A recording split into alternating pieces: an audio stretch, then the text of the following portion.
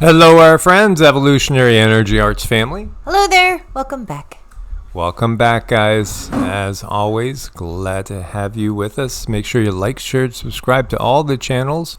If you do watch the videos over at Patreon, everything goes up over at Patreon and also over on Ko-Fi. And these are people having trying to have a nice day out in the Caspian Sea, and what do you see go by? Two missiles. This is a big statement, this particular video, on today's warfare, because this is the reality. You might think you're somewhere far away from any sort of conflict, and yet it might go right over your head, or literally, these look to be, what? I would say not very high. I mean, shoot, what are they, 20 feet over the water? 30? Maybe not even that. You know what I just thought? Like, what if there was like a cruise ship in the area? What if there were some larger ship? So they would see that. Again, many people have caught on to the fact that all the video games that we played for years going back to the 80s, right? I mean, I remember being so excited to get out of high school and to go play Space Invaders and Centipede, and even before that, Pong, Tetris. Oh, good stuff. But in reality, all that has trained generations to operate these things at a distance. And it's just quite a sight. Again, put out your intentions for peace as we go deeper into the cycle. This quake is the second very deep quake, and this one's substantially larger that we've seen in the last week. This is a 7.1, 620 kilometers deep. So at 620 kilometers deep, that's close to as deep as you're going to see them. If you listen to what Dutch Sense has put out for information on how to follow up and think about which way is this energy going to end up traveling. Because what this does, when you're this deep, typically it doesn't cause really big issues on the surface. Now you can see this is in the Philippines, and this is, over the water. They do have a little tsunami alert up, as it still can move water, obviously. But what this typically does is set the stage for something bigger, closer to the surface, which would be more potential for damage later. And usually within a week, 10 days, somewhere in that range. I know it's not coincidence, as we were getting another alert that Joni Patri, the Vedic astrologer, had just done another video, and she's been loud and clear on what she's expecting to come. Now, the way that the energy transfers here, it could go several different ways. It could transfer up over this way, basically heading over towards Jakarta, heading over towards the Indian area. It could go down. So you might see something in Papua New Guinea. You could see something heading over towards Tonga, even New Zealand. To me, it seems like the most likely way this would transfer would be towards Taiwan and Japan. Now, it also can end up kind of transferring across. So you might see increased activity in Hawaii, or potentially, ultimately, the west coast of the U.S. But basically, it can go in these different directions. So, that does leave the door kind of open. But again, when you see a 7.1 this deep, that kind of opens the door up to something as large as an 8 or low 8s. And those are major, massive quakes. So, just be aware of this. And literally, I just saw this pop up right after watching Joni's newest video, in which she says, danger for Japan, July and August. And she used to forecast earthquakes for Japan. This is part of what she used to do regularly. And she did predict the 2011 big quake, which, as we know, led to Fukushima and that ongoing disaster. So what she sees for Japan is both earthquakes and war. And so I'll leave the link for that. But she's also been screaming about the war card in a global manner, and also for the U.S. So, she is another one besides what Cliff High picked up for that mid-July and future forecasters. And so many people have been all over that July 15th-ish, that area of some sort of big event that will be noticed, and there's no way you can't notice it. Very curious. We'll have to see. That's not too far off at this point in time. Again, I do think that so much of what's going on right now is a war of consciousness. A war of consciousness as we awaken from our slumber, because we have been sound asleep, most of this planet. People have been in a matrix that has a dark matrix within it, and just never had a clue there was anything wrong with the matrix. And I'm not really talking about our generation, but going back another generation or two that was much more sound or asleep. Now I don't know how you could be asleep at this point in time. I think it's just simply refusing to acknowledge that which has become so obvious to so many. There is definitely choice involved at this point. You can't just go through life, even if you are really busy working 9 to 5, raising children, trying to pay your rent, put food on the table, keep a roof over your head. You know that there's something wrong. I think what really prevents people from looking is they can't do anything about it. They're stuck. Financially they're stuck. Emotionally they're stuck, and in so many ways they're stuck. So what do? They just keep going to work because that's the next best thing they know how to do, and that's where we're at. And with so many people like that, it makes it difficult to make change, because you need other people to make change. Right now we need each other. And Joni, when it comes to planetary alignments, she's very, very good. And the thing is you're probably not going to get exacts. You can get targeted dates, you can get close to dates, but when you're getting this information, it is hard to get exacts, because what I have seen is the information and the energy from the planets moves in like an ocean wave, and you're just not sure when exactly that wave is going to peak and it's going to move out. So anything coming in before, during, after, this is when things could happen, but we already have this right here. So definitely something to keep an eye out for, watching this time frame. Mostly what I'm talking about is this July 15th time frame. Could be a little early, could be a little late, but I do believe in her. I do believe in her. She's pretty darn good. Yeah, she definitely is somebody that is respected. So this is 30 days, the ones that they mark as significant. Be just aware of this potential. A lot going on. We were talking about the Federal Reserve having some sort of construction barrier or some sort of barrier in front of it. So you have this going on, 8-foot tall black non-scalable riot fencing going back up around the Capitol in D.C., the Treasury Building, and up 15th and 17th all the way to Constitution Avenue, parking restricted everywhere. When you have to worry about people assailing their government, automatically I think of the French Revolution and things like that.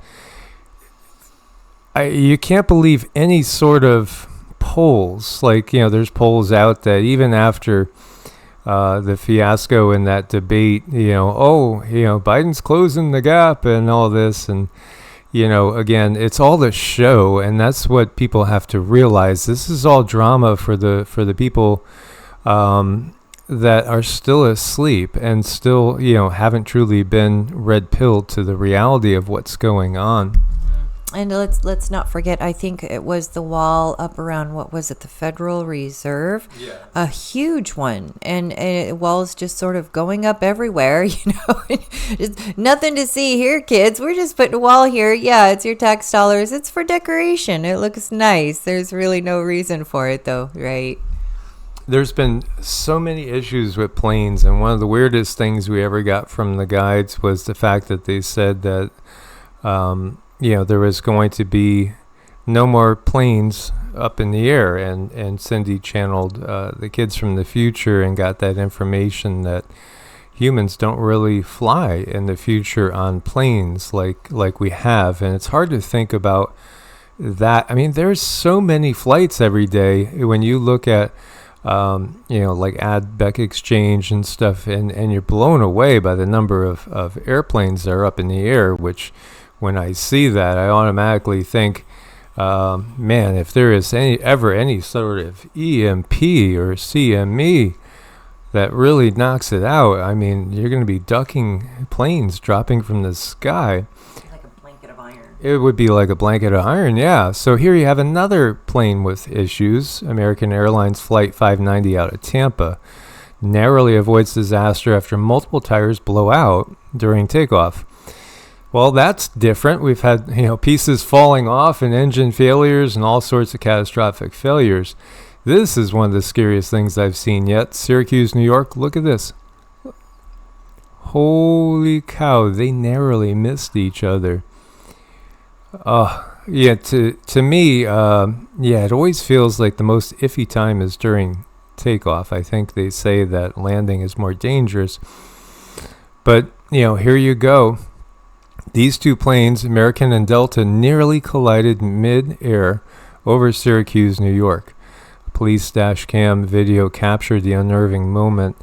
The planes were only 725 feet apart, so less than about 2 football fields apart, So that's close when you're, gaining speed and up in one of those things.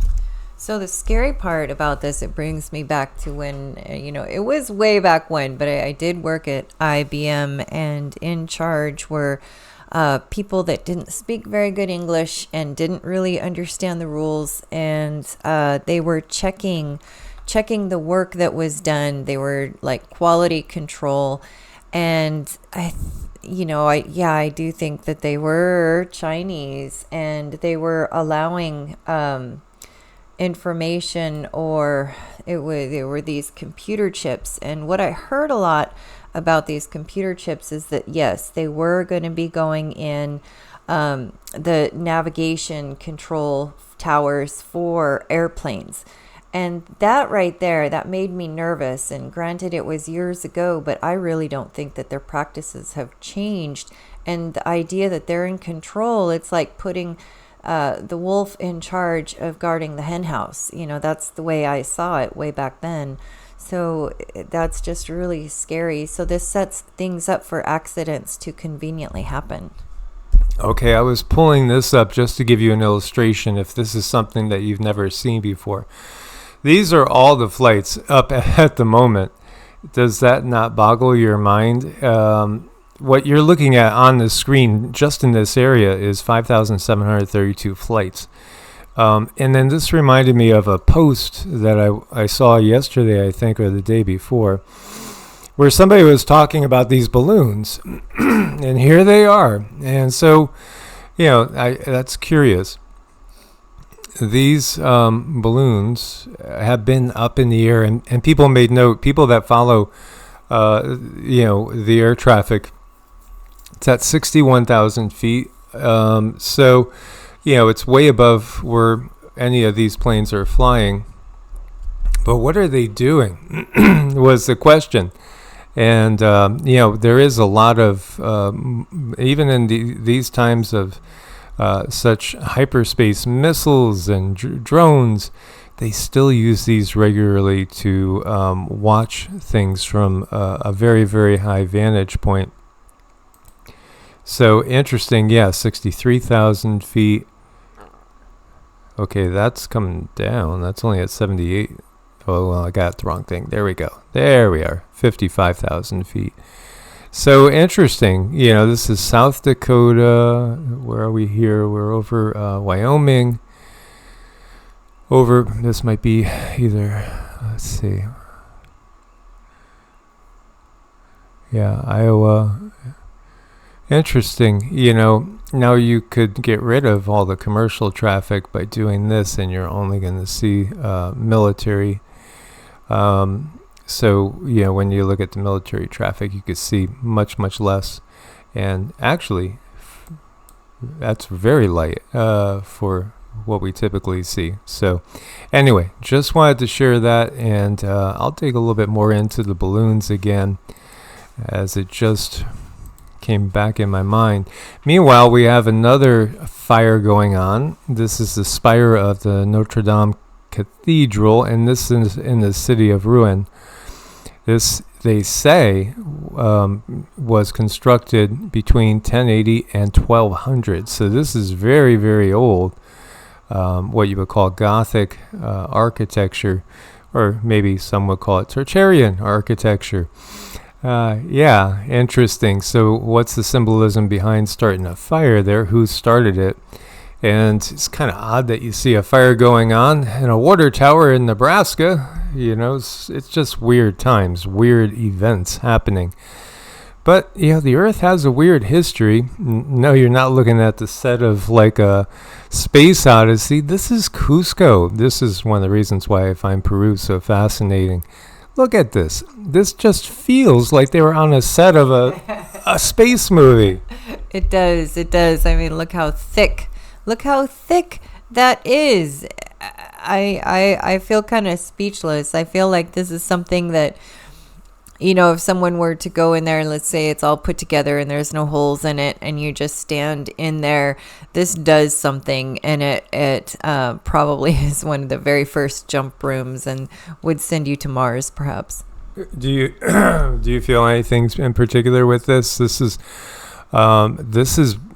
again, the Door of the Moon Temple. So, I feel that's very telling. Door of the Moon Temple in Cusco, Peru. It does. That's what I mean. If you stand in there, it changes your makeup, your body makeup, and it sends you to places. It's really amazing what I can see in that. The energy, a lot of blue light is what I see going on in there when it is activated. It's like beam me up, Scotty. It just changes your whole body makeup and it sends you somewhere. It's really stunning, the technology that they had. It's pretty cool. Yeah, you have to realize too, a lot of the wars that we see are cover stories so they could go and destroy things.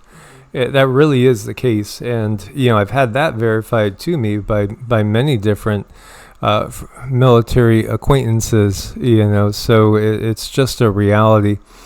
When it's your first day alive, and really we should put into the quotation marks there in this particular realm, because again, it's not your first day in existence. Consciousness is something that can't really be destroyed, but it does inhabit different vehicles. So again, no fear of hellfire, no fear of damnation. It's just simply exploration for the real you, which is the consciousness that inhabits the body. And this one's enjoying its first day as an adorable little goat. That is so sweet. I mean, he's just his little paws are touching grass and looking at grass, maybe for the first time, maybe for the second time.